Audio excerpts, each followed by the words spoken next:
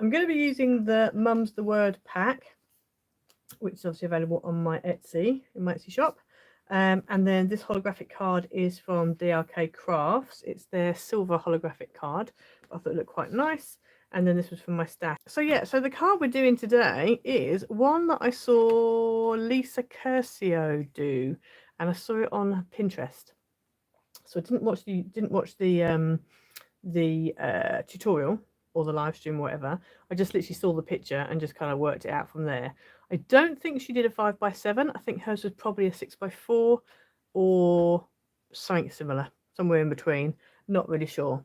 But it's this one. And I'm not usually a fan of easel cards, but I quite like the way this sort of went together. So it is a 5x7 double twisted easel card, but it's got that I quite like the strip along the back, and you can make it out of a card blank. So I did quite like that. So I've used the Sunflower Days pack for this, and I don't normally, as I said, I don't normally do easel cards because you have to give instructions, but I thought, well, we'll do it because I know some people do know how to put them up. So yeah, but it's quite a nice, I quite like it. I quite like the way it folds down. I like the fact it's a bit different with that bit at the back. I like the fact you can do it out of a 5x7 card blank. I've obviously got a butterfly there, so it's not going to fold down completely flat because you've got a bit of a bump in the middle there. But as long as you don't go too thick with your bits and bobs, you could probably get it so it's postable. But yeah, this square in the middle you can make slightly bigger because it doesn't quite fit. It should probably be a 2.5 by 2.5, but I did try a 2.5 by 2.5, and it meant that the point came off the edge ever so slightly here, and it also meant it was quite tight for these pieces coming back. So I opted for a 2.25 by 2.25 instead, and yeah, I don't mind it. I don't mind a little bit of a gap. It just makes it, it's just easier to put up. It's not so much of a struggle. So on my original, this is my little sample, this is the 2.5. In fact, no, I cut this down, I think I cut this down. So originally it was really tight up there. And then obviously you've got space on the back to write. Haven't stamped my greeting yet, but yeah. So yeah, so that is the card we're going to do today. Obviously this is the Sunflower Days kit, which I already mentioned. It's available in my Etsy shop. So you're going to need, a piece that is 7x10. So this one you're going to score at 5 inches, which is halfway. And then you're also going to score at 3.5 as well. Okay, so 3.5 and 5 inches. That's all you need for that. You need some other pieces of base, but these don't need scoring. So you're going to need 2 squares that are 3.5 by 3.5, and 1 square that's 2.25 by 2.25. Or if you want to go 2.5, you can. If you want to go somewhere in between and go for 2 3/8 by 2 3/8, you can do that if you want to. But I found 2.25 works well. On this one here, you want to turn it sideways and then grab a ruler and a pencil.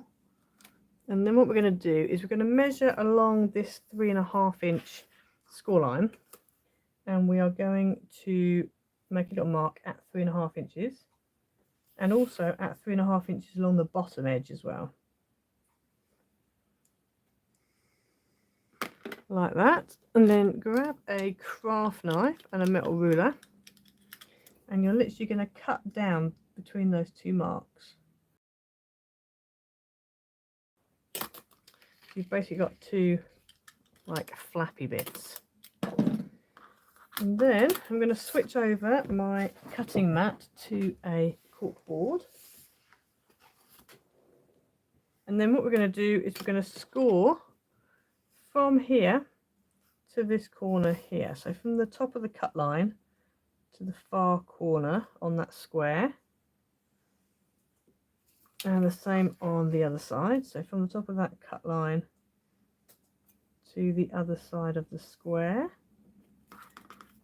like that. So you should end up with a piece of base card that looks like that. Right, so then this 5 inch line is going to be a mountain, because that's basically your card blank halfway line.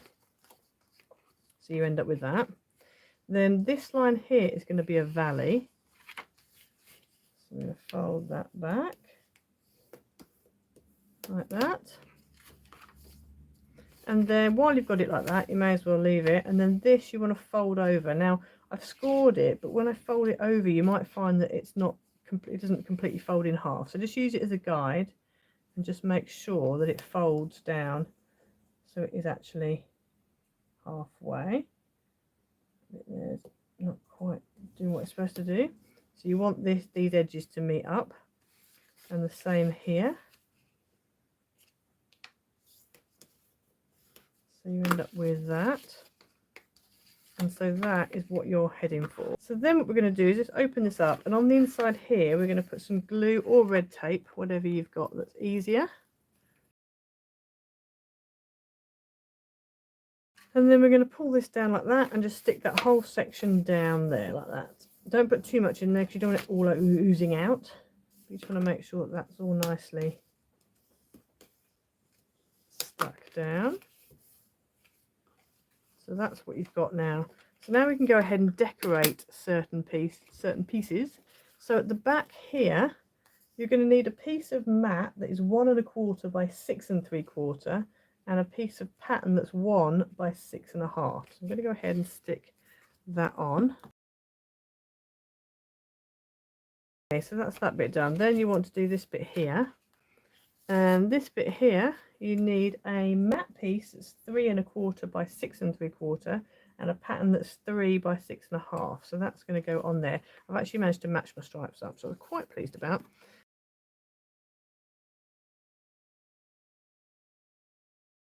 So then put that to one side for a second, and then on these two squares, so these were the two that were 3 1/2 by 3 1/2, you want 2 mats that are 3 1/4 by 3 1/4, and 2 patterns that are 3 by 3, and they're going to go on there like that.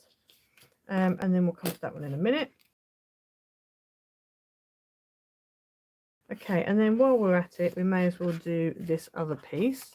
So on your little 2 1/4 by 2 1/4, you need one piece of mat that's 2 by 2, and one piece of pattern which is 1 3/4 by 1 3/4. So obviously it just depends on, if you decide to go for the larger measurements, then just go a quarter down from whatever your base is.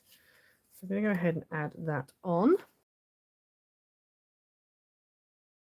Right, so that is that. So then we need to bring our card back in. Now, one thing you need to remember is this, if you've got a right up pattern, this is not the bottom. This is going to be the box. It's going to be like that. So my leaves are going upright. So if I stick it that way round, then they're going to be sideways. So I need to remember to stick it that way round, but then when it's up, it's actually upright. Okay, I'll just turn that around so you can see. So I need to make sure this is like your bottom line, as it were. So I'm going to go ahead and add some glue just onto this bottom triangle.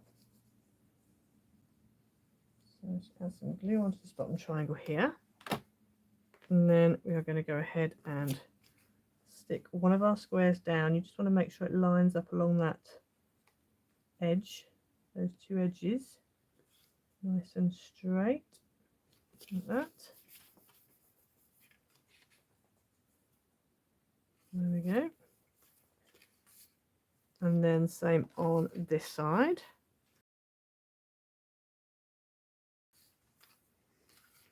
So then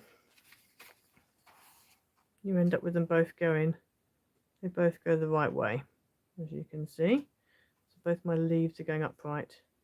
So then what we need to do, and I'm going to flick these out of the way for a second, kind of. Oh, it's a bit tricky because of sticking them down, but anyway. And then along the bottom here, we're just going to make a mark at 3 1/2. Just a little tiny one. You don't want anything too visible. Just a little tiny one. And then this is going to go on some foam pads or some silicone glue. And you want to make sure, there's my mark there, you want to make sure that your point lines up with the little mark at the bottom and the split at the top. So I'm going to go ahead and put some, I'm going to use silicone glue this time, which means I'm going to have to wait for it to set. But I think this stuff sets relatively quickly. I could use foam pads, but I wanted to use something a little bit thinner this time around. So I'm using some silicone glue, and then just turn this round, grab either corner, Where's my mark? The mark's there. I've got stripes, which should make it easier. I'm doing it halfway. I don't want to push it down too much, so it's going to be about there. And if I put these on, it's going to make it move. But anyway, that's, yeah, that's fine. I have a with love sentiment here, which I was going to put probably on a, well, either in the middle or on one of these. I'm actually going to do that, I think, yeah. And then I've also got these flowers, which I cut out from the pack. So these are the ones that are already cut out. And I've actually put some, if you can see, some glossy accent blobs just on the stamen, just to make them a little bit more interesting. So I'm going to go ahead and just add, I was thinking about adding just like a couple.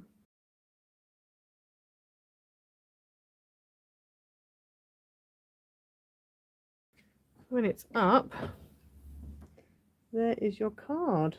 Now obviously I feel like that centre square needs something in it. So on the back of here, underneath, you need a piece of matte that's 4 3/4 by 6 3/4 and a piece of white that's 4.5 by 6.5. So that would go on the back. So I'll stick that down later, but basically it's like that. So that's what it looks like. Not very exciting, it's just where you're going to write your message. So yeah, but I'm going to put a little butterfly on there, I think, because I think it does need something.